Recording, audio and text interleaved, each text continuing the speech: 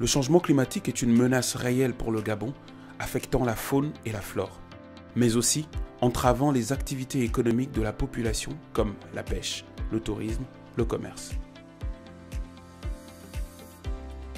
Mais depuis un temps, on sent que le climat et tout a changé et on a des impacts au niveau de nos productions, surtout à l'eau. Tout ce que nous avons comme production, tout sort de l'eau pratiquement déjà pourri, gaspillé.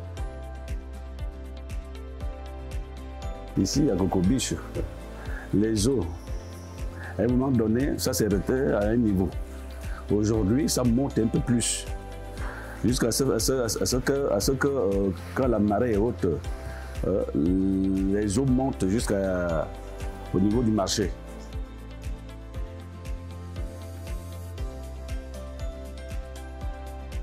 Il y a une trentaine d'années, quand le site a été créé, on avait par exemple une plage qui faisait un peu plus de 30 mètres encore. Et il y a à peu près 25 ans, il y a eu les marées d'équinoxe, comme il y a chaque année, fin septembre, début octobre. On avait déjà perdu 30 mètres de plage. Voilà. Et en 2019, pareil, septembre, on a perdu encore à peu près 25 mètres. Donc toute l'érosion de la côte, les bâtiments, les manguiers, malheureusement, tout ça a été ravagé. Alors je pense aussi que c'est dû à ces changements climatiques. Pour permettre à la population d'être plus résiliente et de s'adapter aux effets du changement climatique, le PNUD a installé 6 stations météorologiques à travers le Gabon,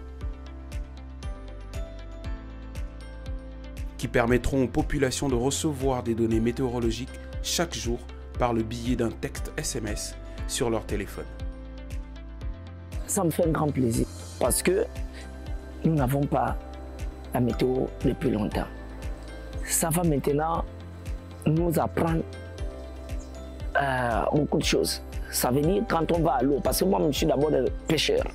Quand je vais à l'eau, quand je regarde la météo, je sais aujourd'hui, il y aurait la pluie, il y aurait les nuages seront ceci, cela. Et moi, ça va me permettre d'aller à l'eau ou pas. Ça peut changer plusieurs choses parce que je vais déjà connaître comment il faut me permettre de sortir si le temps sera ensoleillé ou il va pleuvoir. Donc je vais me préparer déjà à ce temps.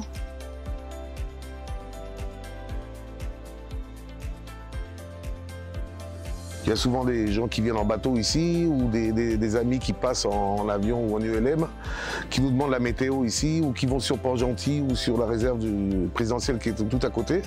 Ils nous appellent pour avoir notre avis, voir si la mer est calme, si la température. Je pense que ça peut améliorer beaucoup de choses.